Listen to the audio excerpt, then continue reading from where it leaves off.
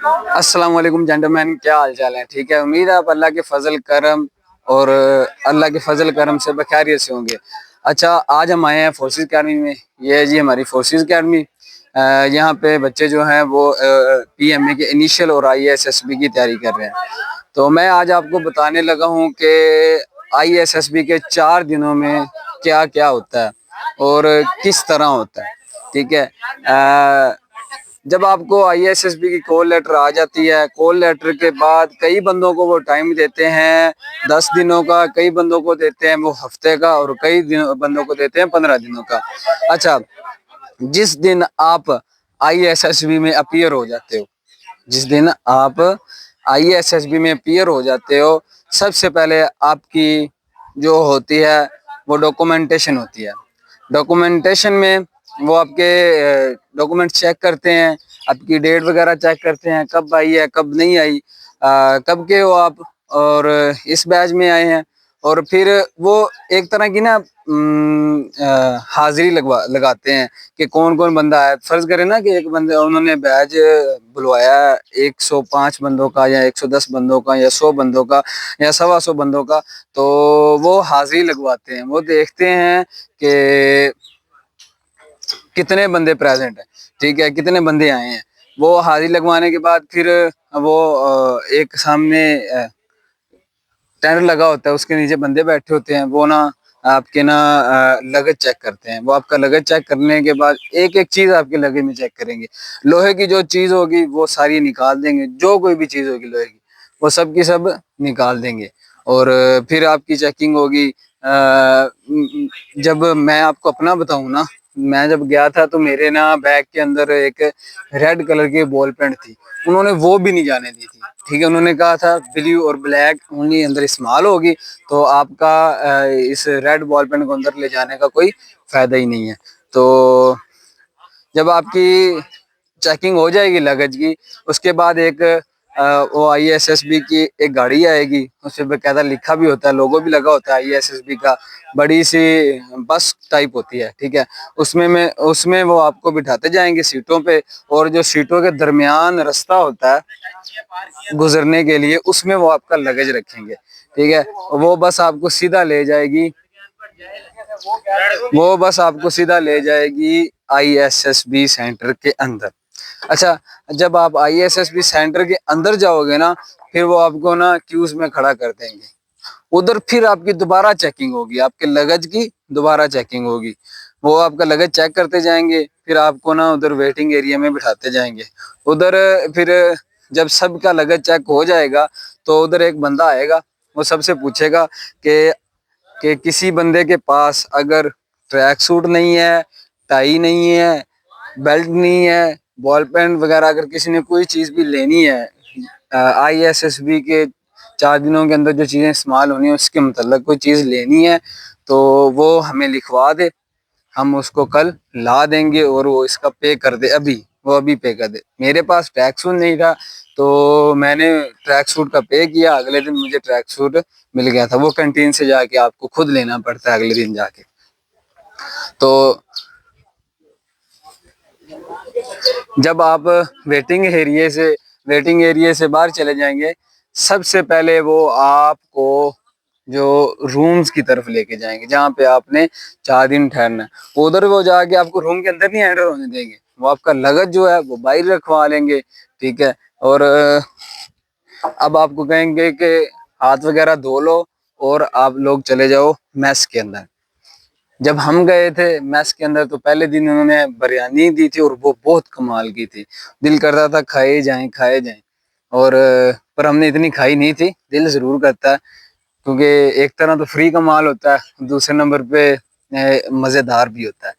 तो अपना अपने आप पे कंट्रोल रखना है, आपने ज्यादा नहीं खाना, बस आपने नॉर्मल उधर खाना है। अच्छा, अब जब आपका मैस हो जाएगा उसके फौरन बाद वो आपको ले जाएंगे Jorhat. Jorhat is a place जहाँ पे आपका साइक चलना है 2 दिन। ठीक है, अब जब आप जोरहाट चले जाओगे, सबसे पहले आपके आपको चेस्ट नंबर लोड किए जाएंगे, फिर उसी चेस्ट नंबर के साथ उसी चेस्ट नंबर के साथ आपकी पिक्चर होगी। जब पिक्चर होगी तो आपके वो डॉक्यूमेंट्स जो होंगे वो अपने पास रख लेंगे। जो मैट्रिक की सनद होती है, RFSC की सनद होती है, रिजल्ट कार्ड वगैरह होते हैं, वो आपका जो चीजें होंगी ना उनको अपने पास रख लेंगे। ठीक है, वो अगले दिन आपको ना मतलब 4 दिनों के बाद IASSP के बाद अगर आप रेकमेंड होते हो तो वो डॉक्यूमेंट अपने पास ही रख लेते हैं। और जो बच्चा नॉट रिकमेंड हो जाता है वो उस बच्चे को डॉक्यूमेंट्स और नॉट रिकमेंडेशन लेटर जो है वो उसके घर भेज देते हैं। अच्छा, डॉक्यूमेंट्स रख देंगे, फिर आपको ना वो जो सिपाही उधर खड़े होंगे, सिपाही रैंक के होंगे, तो वो ना आपसे एक फॉर्म फिल करवाएंगे। जब आप वो एक फॉर्म फिल कर लोगे ना, उसके बाद एक फॉर्म आपको और दिया जाएगा। वो फॉर्म भी पहले फॉर्म से मिलता जुलता होगा। ठीक है, और वो भी आपने बिल्कुल उसी तरह फिल करना है जिस तरह आपने वो पहले फिल किया था। ठीक है, अब तीसरे फॉर्म पे ना आपको कुछ देर वेट करना पड़ेगा। तीसरा फॉर्म जो होता है उस पे ना आपको थोड़ा वेट करना पड़ेगा, क्योंकि वो साइक का फॉर्म होता वो पहले फॉर्म की तरह सेम ही है, पर वो जब तक साइक नहीं आता ना वो आपसे फिल नहीं करवाते। उस फॉर्म में जो एक चीज थोड़ी अलग होती है वो ये है कि उसमें ना आपका एक इंसिडेंट होता है जो आपने राइट करना होता है। वो हैप्पीएस्ट भी हो सकता है, रेगुलेटर भी हो सकता है, अनफॉरगेटेबल भी हो सकता है, कोई भी इंसिडेंट हो सकता है। ठीक है, उसके बाद जब आपका ये तीनों फॉर्म फिल हो जाते हैं, फिर आपके पास आता है जी डिप्टी, यानी कि लेफ्टिनेंट कर्नल रैंक का बंदा होता है जो आपके पास आता है और आपको एक टॉपिक देता है ऐसे का। आपने उस पे ना आपको 4 पेजेस दे दिए जाते हैं और वो कहता है कि आपके पास है ना आधे घंटे का टाइम है और आपने एक ऐसे लिखना है इस पे 4 पेजेस का। वो आधा घंटा कहते जरूर है पर आधा घंटा देते नहीं, तकरीबन 15 से 20 मिनट देते हैं। तो 15-20 मिनट में जितना लिखा जाता है कोशिश करें ज्यादा से ज्यादा लिखें और अच्छा लिखें। और जब ये आपका हो जाता है ऐसे वगैरह, तो आपका जो है वो अपीयरेंस डे जो है ना वो एंड हो जाती है। उसके बाद वो आपको सीधा ले जाते हैं मेस के अंदर। उधर आपको रात का खाना खिलवाते हैं और फिर आपको रूम्स अलॉटेड कर दिए जाते हैं और आप रूम्स में चले जाते हो। ठीक है, फिर आपने वो क्या देते हैं कि 9:30 बजे हर रूम्स की लाइट्स जो है वो बंद हो जाए। हर बंदा 9:30 बजे 10 बजे सो जाता है। सुबह वो अगले दिन जो होगा आपको साइक का फर्स्ट डे होगा, उस दिन में वो आपको 4 बजे ही उठा लेंगे सुबह। उठाने के बाद वो कहेंगे नहा धो लें, फ्रेश हो जाएं। ठीक है, 6 बजे आप लोगों का मैस है। हम उठे थे, नहाए धोए हैं, नहाए धोने के बाद नमाज पढ़ी है, नमाज पढ़ने के बाद हमने किया मैस। मैस के फौरन बाद ना तकरीबन 6:30 बजे से 7 बजे तक वो आपको फिर ले जाएंगे जोर हाल के अंदर। उधर वो आपको कह देते हैं कि जब आपने जोर हाल आना है तो सिर्फ 2 बॉल पेन्स अपने साथ लेके आनी, जिसके साथ आपने लिखना है और कुछ भी नहीं करना। 2 बॉल पेन्स आप अपने साथ लेके जाओगे जोर हाल के अंदर। जब आप जाओगे ना तब आपको उधर थोड़ा वेट करना पड़ेगा। फिर आपका जो उधर टेस्ट स्टार्ट होंगे ना, सबसे पहला टेस्ट जो होगा वो आपको उधर होगा जी मैकेनिकल एप्टीट्यूड टेस्ट, जिसे मैट कहते हैं। ठीक है, उसमें फिजिक्स बेस पे होते हैं ज्यादातर, फिजिक्स बेस पे होते हैं और कॉमन सेंस के होते हैं। ठीक है, उसमें नेगेटिव मार्केटिंग होती है, तो जो भी बंदा वो करे टेस्ट वो ध्यान से करे। और फिर आपका टेस्ट होता है जी OPI, ऑफिसर पर्सनैलिटी इंटेंसिव इन ऐसे करके टेस्ट होता है OPI। उसमें वो agree, strongly agree, mostly agree तरह के सवाल होते हैं और उसमें आपने जो चीज बतानी है आपने उधर सच बताना है। जब आपका मैट और OPI हो जाता उसके बाद आपको थोड़ी देर वेट करवाया जाता है। ठीक है, थोड़ी देर वेट करवाने के बाद साइका आ जाता है, जहाँ आ जाती है, क्योंकि वो मेल भी हो सकता है और फीमेल भी हो सकती है। वो थोड़ी देर बाद साइका आ जाती है। साइका जब आती है तो वो सबसे पहले है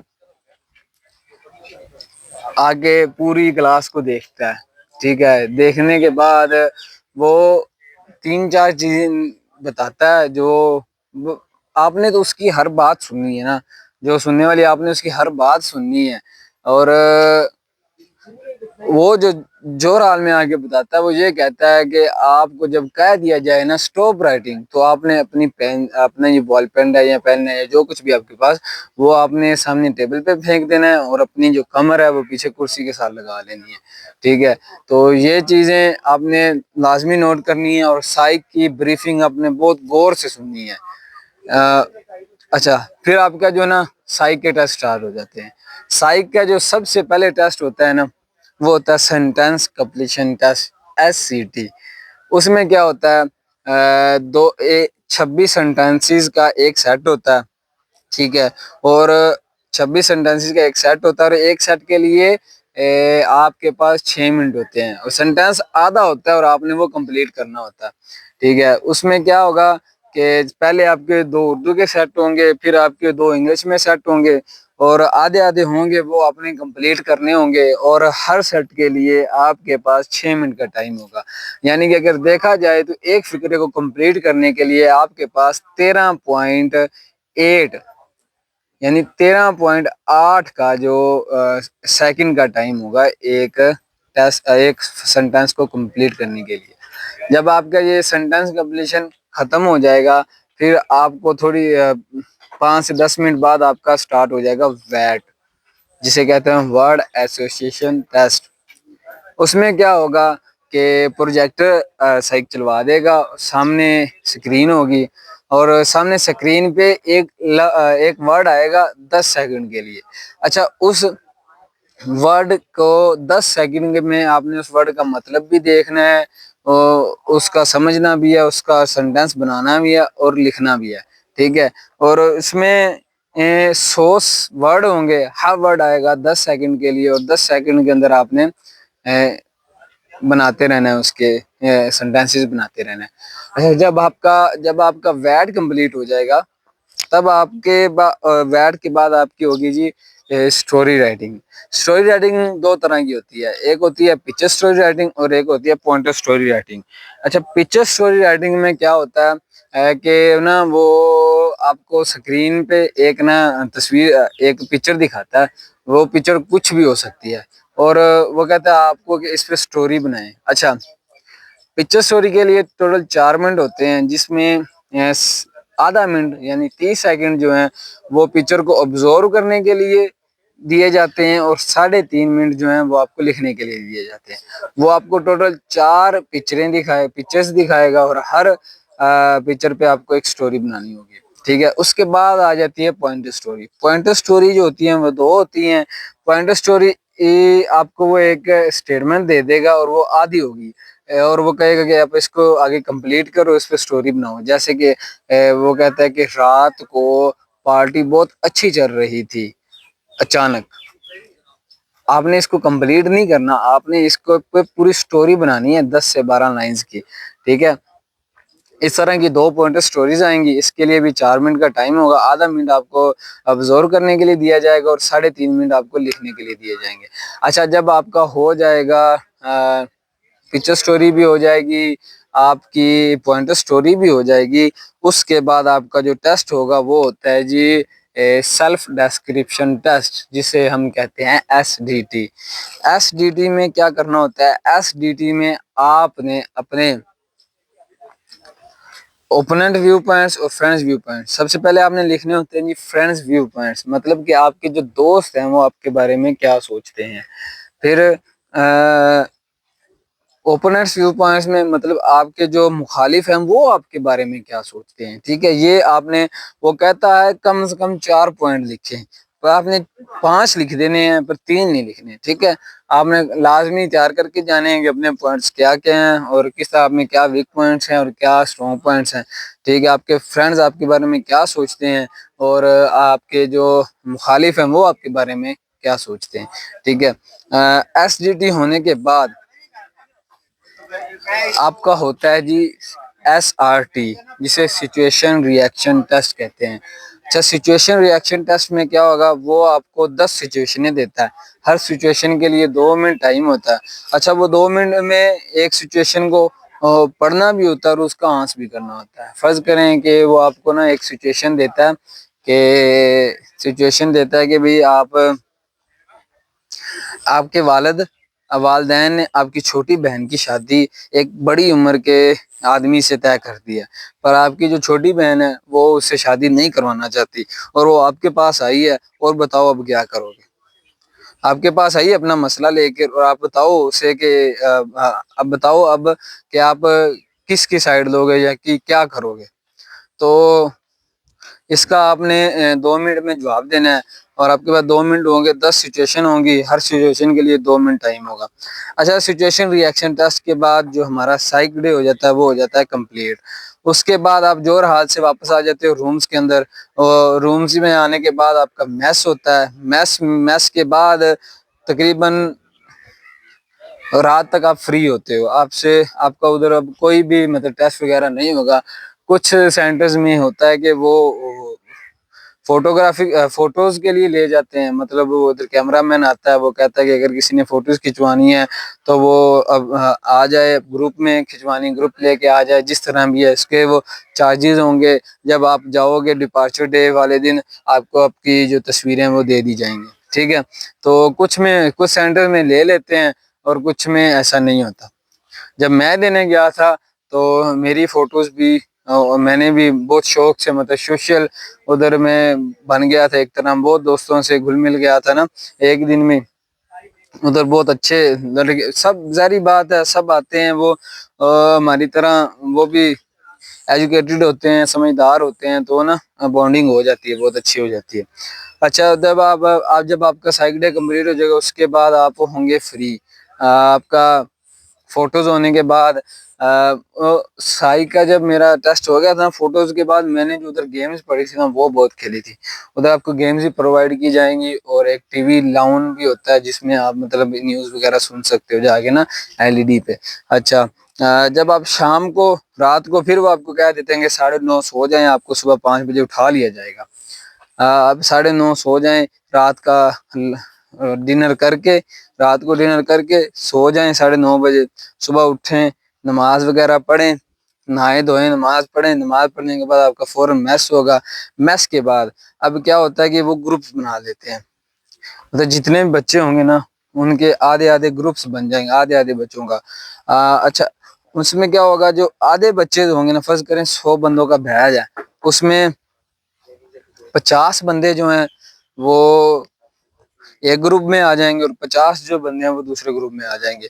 उसमें अब जो 50 बंदों का एक ग्रुप है उसमें वो एक ग्रुप को एक एक ग्रुप का जो डिप्टी और जीटीओ, मतलब जीटीओ के कुछ टास्क और साइक एक दिन कर देगा और दूसरे ग्रुप का डिप्टी जीटीओ साइक अगले दिन कर देगा। फर्ज करें कि 50 बंदों का जो पहला ग्रुप बना है, साइक से अगले दिन में वो उन बंदों का डिप्टी की डिस्कशन करवाएगा, इंटरव्यू करवाएगा और जीटीओ का यहाँ तो ऑब्स्टेकल हो जाएगा, यहाँ कमांड टास्क, यहाँ पीजीटी, यानी एक जो टास्क है ना वो जीटीओ का लाजमी होगा और साथ में करा देगा साइक का इंटरव्यू, क्योंकि साइक का इंटरव्यू पहले कंपलसरी नहीं होता था, अब उन्होंने कंपलसरी कर दिया साइक का। और अब 50 बंदों का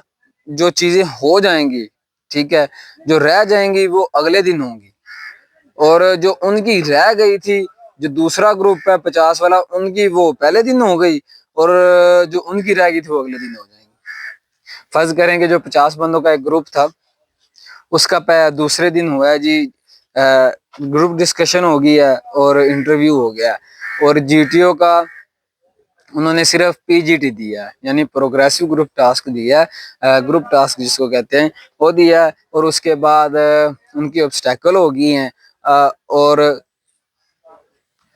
फिर उन्होंने कर दिया उसका साइक का इंटरव्यू। अच्छा, इनके अब क्या क्या रह गया? इनका अब रह गया जी मिलिट्री प्लानिंग रह गई, लेक्चरेट रह गया, ठीक है, लेक्चरेट रह गया, उसके बाद हो जाएगा कमांड टास्क और हाफ ग्रुप रेस। अब ये इनकी चीजें अगले दिन हो जाएंगी।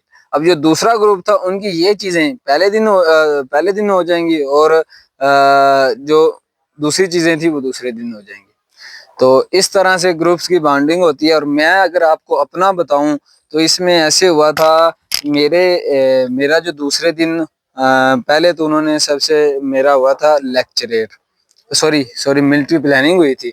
हम दूसरे दिन गए हैं, जीटीओ आया हमारे पास, वो हमें ले गया रूम्स के अंदर। उधर उधर उसने हमें दो दो टॉपिक दिए। मेरा चेस्ट नंबर जो था वो 1 था।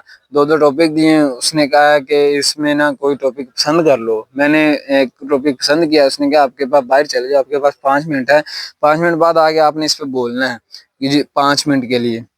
तो मैं गया हूँ बाहर थोड़ी देर के लिए, सोचा है अंदर आ गया हूँ।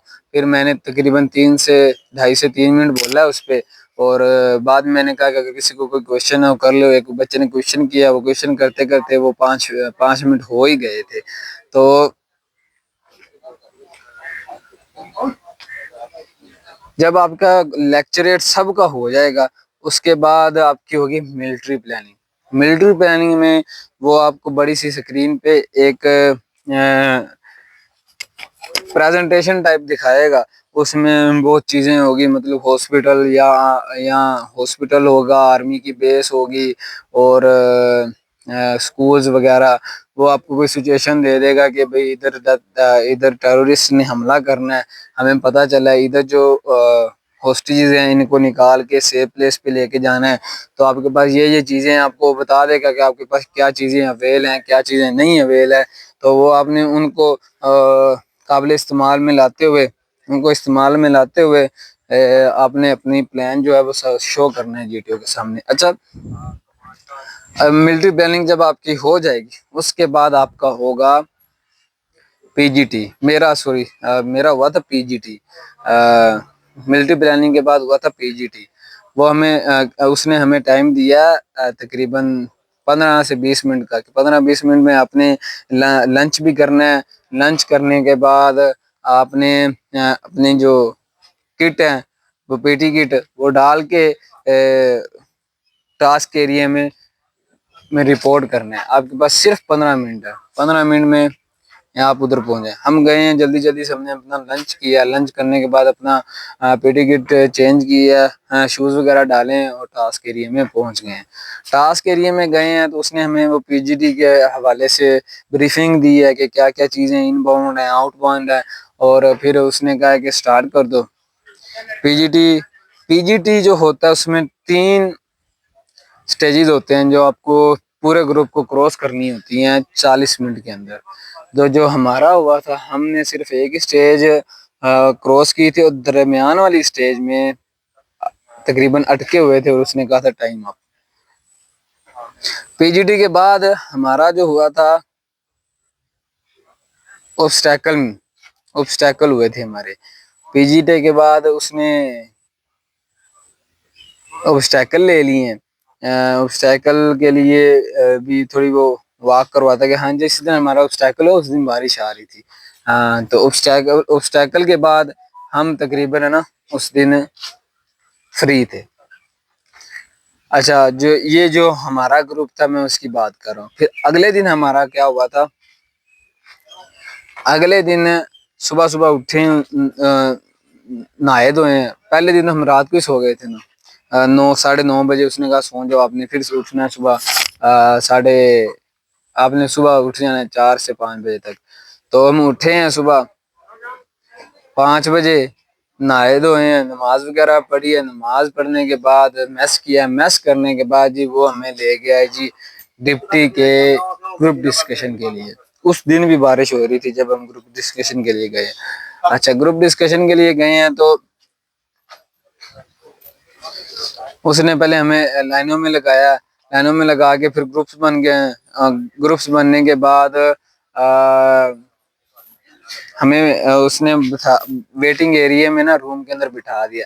उधर एलईडी लगी हुई थी, उसमें ना फलाने नंबर आ रहा था कि किस बंदे ने किस रूम में जाना है, और अब किसका नंबर है, अब अगली दफा किसका नंबर होगा, वो सब आपको ना स्क्रीन पे शो हो रहा होगा। आपने स्क्रीन पे अपनी नजर रखनी है। जब आपका चेस्ट नंबर आ जाए तो आपने जल्दी से आगे चले जाना है।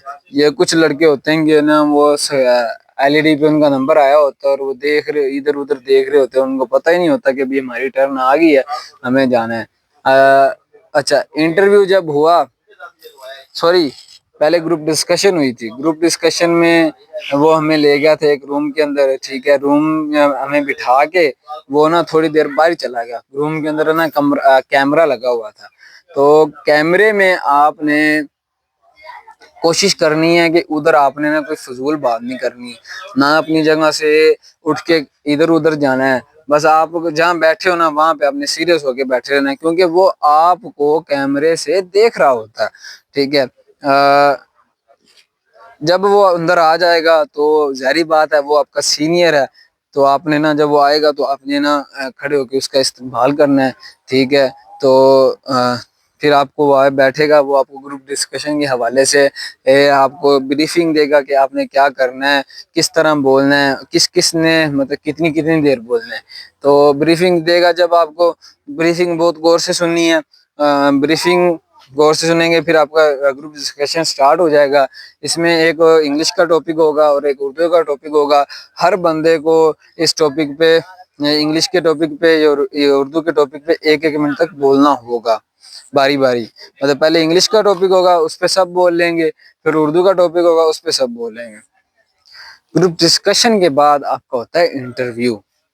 इंटरव्यू में वही चीजें होती हैं, आपको बिठा दिया जाता है रूम के अंदर, उसमें स्क्रीन होती है, स्क्रीन पे आपकी चेस्ट नंबर आ रहा होता है और कौन सा रूम, किस रूम में जाना है ये भी आपने देखते रहना है, ठीक है। जब आपका इंटरव्यू जाओगे, इंटरव्यू एंटर हो गए, आप इंटरव्यू दे दिया, ठीक है। इंटरव्यू के बाद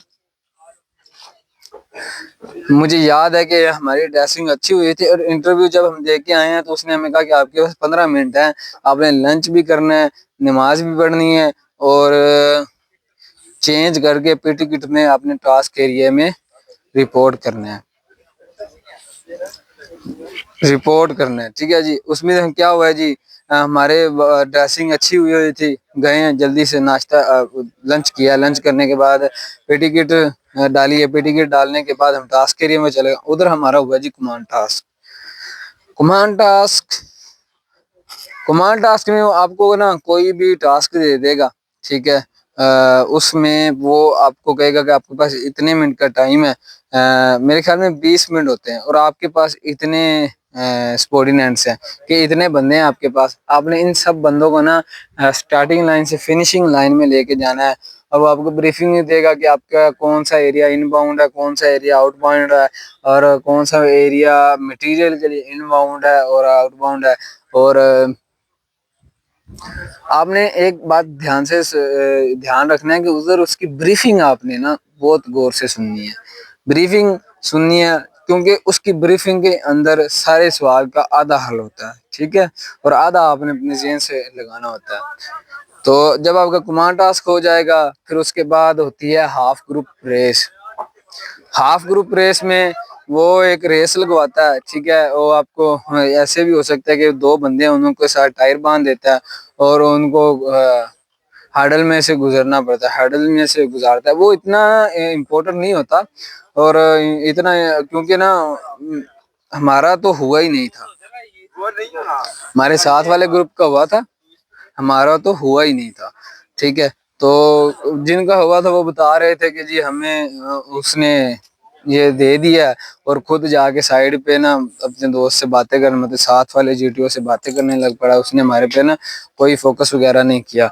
अच्छा, तो हाफ ग्रुप की रेस के बाद वो आपका एक टेस्ट लेते हैं जिसमें ना आपने अपने जारी बात है 2 दिन हो गए हैं आपको अपने ग्रुप के साथ रहते हुए, तो आपको पता होना चाहिए कि किसकी कारकर्दगी कितनी है और किसने कितना अच्छा परफॉर्म किया। तो वो आपसे एक टेस्ट लेता है जिसमें वो आपको कहता है कि आपने ना अपने ग्रुप मेंबर्स की कारकर्दगी को देखते हुए इनको नंबर देने हैं कि कौन सा कैंडिडेट फर्स्ट नंबर पे है, कौन सा कैंडिडेट सेकंड नंबर पे है, कौन सा कैंडिडेट 3 नंबर पे है। ऐसे ऐसे मतलब जितने भी बंदे होंगे सबको आपने ना 1 से लेके 10 तक, ज्यादातर ग्रुप जो होता है वो 9 से 10 बंदों का होता है, तो 10 बंदों को नंबर देने हैं जी 1 2 3 4 करके, कि फर्स्ट पे कौन है, सेकंड पे कौन है, थर्ड पे कौन है, फोर्थ पे कौन है, फिफ्थ पे कौन है, सिक्स पे कौन है, सेवंथ पे कौन है, एथ पे कौन है, नाइन्थ पे कौन है, 10th पे कौन है। अच्छा, ये टेस्ट जब मेरा हो गया था उसके बाद हम रूम के अंदर आ गए, नहा धो के कपड़े चेंज कर लिए भी, फिर कॉल आ गया, फिर वो आया स्टाफ का बंदा आया, उसने कहा कि भी आपके पास 10 मिनट है, आप जल्दी से रेडी हो जाओ, आपके सबका साइक का इंटरव्यू है। लेकिन उस वक्त भी बारिश हो रही थी और हम जल्दी से नहाए धोए हैं, अपने इंटरव्यू के कपड़े डाले इंटरव्यू के लिए। तो कपड़े डालने के बाद वो आया, हमें ले गया साइक के इंटरव्यू के लिए। और सब जमा हो गए हैं। अच्छा, साइक के इंटरव्यू के में वो एलईडी वाला हिसाब नहीं होता। वो एक बंदा आएगा, वो बुलाएगा कि फलाना चेस्ट नंबर आ जाए फलाने ग्रुप का, उसका इंटरव्यू है, वो आपको ले जाएगा साइक के अंदर। साइक आपका इंटरव्यू करेगा या करेगी। ठीक है, इंटरव्यू के बाद आप हो गए फ्री। ठीक है, इंटरव्यू के बाद आप हो गए फ्री। उस वो इधर जो है ना, IASS भी 99% कंप्लीट हो जाती है। जब आपका सब कुछ फ्री होता है तो रात को उनकी डिस्कशन होती है, उनसे हमारा कोई लेना देना नहीं होता। ठीक है, अगला दिन जो होता है वो होता है डिपार्चर डे। डिपार्चर डे पे क्या होता है, वो सुबह आपको उठाते हैं, नाश्ता करवाते हैं। नाश्ता करवाने के बाद वो आपको कहते हैं आज आपका डिपार्चर डे, आपने अच्छी सी ड्रेसिंग करनी है। ठीक है, ड्रेसिंग आपने अच्छी सी ड्रेसिंग कर लेनी है। तो उस दिन क्या होता है, जिन बच्चों का री इंटरव्यू, मतलब जिनका कुछ शक वगैरह होता है या जिनकी कारकर्दगी इम्प्रूव की जा सकती है, उनको ना उनका री इंटरव्यू या री ऑब्स्टेकल या री कमांड टास्क होता है उनका। तो जो बच्चा री इंटरव्यू री आजकल आजकल जो ट्रेंड चल रहा है कि जिसका भी री इंटरव्यू हो गया या री ऑब्स्टेकल हो गया या री कमांड टास्क हो गया, समझ लो वो बच्चा रिकमेंड हो गया। उसके ना 70% चांस है कि वो रिकमेंड हो गया। अरे भाई, आप ये भी तो देखो ना, जिसका री हुआ है वो उसके 70% है, उसका मेरिट जो है वो 50 तकरीबन इतना ज्यादा नंबर नहीं आएंगे उसके, मेरिट नहीं उसका बनेगा। जो बच्चा जिसका री नहीं हुआ, ये भी तो हो सकता है ना कि वो स्ट्रांगली रिकमेंड हो। आपने उधर घबराना नहीं है, आपने ये सोचना है कि जिस बच्चे का री हो गया है वो चलो रिकमेंड है, हम लगा लेते हैं वो रिकमेंड है। पर ऐसे होता नहीं है, ज्यादातर बच्चे हो भी जाते हैं और ज्यादातर रह भी जाते हैं। तो जिनका री होता है उनका मतलब है कि उनके नंबर कम है, और जिनका री नहीं हुआ और वो रिकमेंड हो गए, वो स्ट्रांगली रिकमेंड होते हैं। वो यानी कि उन्होंने भरपूर कारकर्दगी का मुजाहरा किया। ठीक है, तो आपका री, जिनका री होना होता है वो बता देते हैं कि इनका री होना है, इनका ये होना है, इनका वो होना है। तो वो उनको रोक लेते हैं, जो बाकी होते हैं आधों को भेज देते हैं। फिर वो गाड़ी उनको छोड़ के आ जाती है, फिर दूसरी दफा आती है। जब दूसरी दफा आती है तो जिनका री वगैरह होना है, उनका री वगैरह हो चुका होता है, तो वो गाड़ी दूसरी दफा फिर उनको भी छोड़ के चली जाती है। तो फ्रेंड्स, ये थे कि ISSB में 4 दिनों में क्या क्या होता है और मेरे साथ क्या क्या हुआ, मैंने वो भी आपके साथ शेयर किया। तो अगर आपको समझ आ गई हो वीडियो की वीडियो अच्छी लगी हो, तो इस वीडियो को लाइक और शेयर जरूर कीजिएगा। और अगर आप इस चैनल पे न्यू हैं तो इस चैनल को सब्सक्राइब भी कर दें, ताकि हर आने वाली नई से नई अपडेट आपको हम देते रहें। और अगर आप ISSB देना चाह रहे हैं तो इस चैनल को ज़रूर फॉलो करें, क्योंकि ये आपको 100% गाइडेंस देता है ISSB के लिहाज से। तो दुआओं में याद रखिएगा, मिलते हैं फिर। अल्लाह हाफिज़।